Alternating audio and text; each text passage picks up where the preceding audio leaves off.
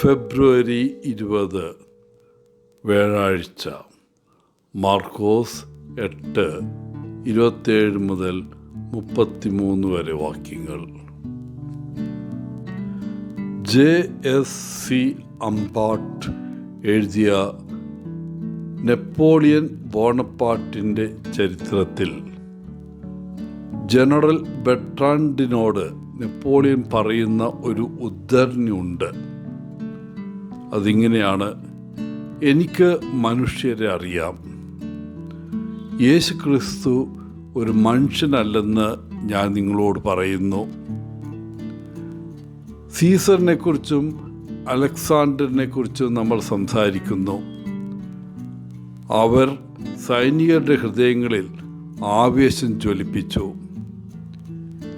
എന്നാൽ മരിച്ച ഒരാളുടെ ഓർമ്മയ്ക്കായി വിശ്വസ്തയോടെയും പൂർണ്ണമായും അർപ്പിതരായി ഒരു സൈന്യമായി വിജയങ്ങൾ നടത്തുന്നതായി നിങ്ങൾക്ക് സങ്കല്പിക്കാൻ കഴിയുമോ?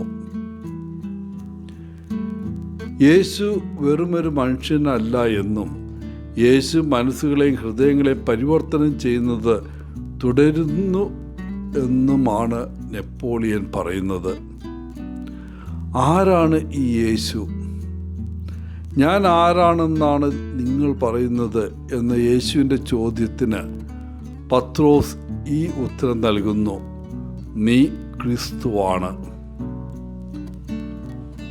യേശു തുടർന്ന് പറഞ്ഞു, തന്നെക്കുറിച്ച് ആരോടും പറയരുത് എന്ന് കർശനമായ കൽപ്പന നൽകി. മനുഷ്യപുത്രൻ വളരെയധികം കഷ്ടപ്പെടുമെന്നും ദേവാലയ അധികാരികളാൽ നിരസിക്കപ്പെടുമെന്നും ഒടുവിൽ വധിക്കപ്പെടുമെന്നും യേശു തൻ്റെ ശിഷ്യന്മാരെ പഠിപ്പിക്കാൻ തുടങ്ങി. എന്നാൽ യേശുവിൻ്റെ പ്രഖ്യാപനം കേട്ട മറ്റാളുകളും അവിടെ ഉണ്ടായിരുന്നു. ഈ പ്രസ്താവന കേട്ടപ്പോൾ പത്രോസ് അങ്ങേയറ്റം അസ്വസ്ഥനായി. അവൻ യേശുവിനെ മാറ്റി നിർത്തി ഇത്തരം കാര്യങ്ങൾ പറയുന്നതിനെക്കുറിച്ച് മുന്നറിയിപ്പ് നൽകി. യേശു പത്രോസിനെ നോക്കിയിട്ട് പറഞ്ഞു: സാത്താനെ, എൻ്റെ ദൃഷ്ടിയിൽ നിന്ന് പോകൂ. നീ മാനുഷിക നിലവാരമനുസരിച്ച് വിധിക്കുന്നു, ദൈവത്തിൻ്റെ നിലവാരമനുസരിച്ച് അല്ല. നമ്മൾ പത്രോസിനെ പോലെയാണോ? മാനുഷിക നിലവാരമനുസരിച്ച് വിധിക്കുന്നുവോ, അതോ ദൈവത്തിൻ്റെ നിലവാരമനുസരിച്ച് വിധിക്കാൻ ശ്രമിക്കുന്നുണ്ടോ? ദൈവം വിധിക്കുന്ന രീതിയും മനുഷ്യരായി നമ്മൾ വിധിക്കുന്ന രീതിയും തമ്മിൽ വലിയ വ്യത്യാസമുണ്ട്. പലപ്പോഴും നമ്മൾ മറ്റുള്ളവരെ വിധിക്കുന്നുണ്ടെന്ന് നമ്മൾ തിരിച്ചറിയുന്നില്ല. അത് നമ്മൾ വിധിക്കുന്നത് അവരുടെ പെരുമാറ്റത്തെക്കുറിച്ചോ അവർ ധരിക്കുന്ന വസ്ത്രത്തെക്കുറിച്ചോ അല്ലെങ്കിൽ മറ്റ് നിരവധി കാര്യങ്ങളെക്കുറിച്ചോ ആകാം. മറ്റുള്ളവർ നമ്മെ വിധിക്കുന്നത് നമുക്ക് ഇഷ്ടമല്ല എന്നതാണ് യാഥാർത്ഥ്യം. എന്നിട്ട് നമ്മളിൽ പലരും അതിനെക്കുറിച്ച് ചിന്തിക്കാതെ മറ്റുള്ളവരെ വിധിക്കുന്നു.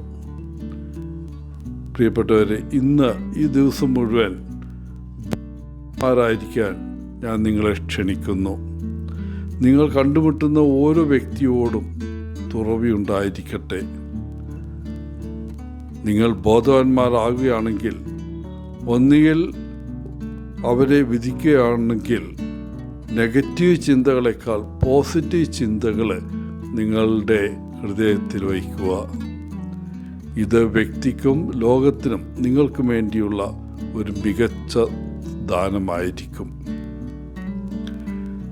യേശുവിനെ പൂർണ്ണമായി അറിയണമെങ്കിൽ ആഴമായ ആഗ്രഹവും സ്നേഹബന്ധവും പൂർണ്ണമായ വിശ്വാസവും ആവശ്യമാണ്.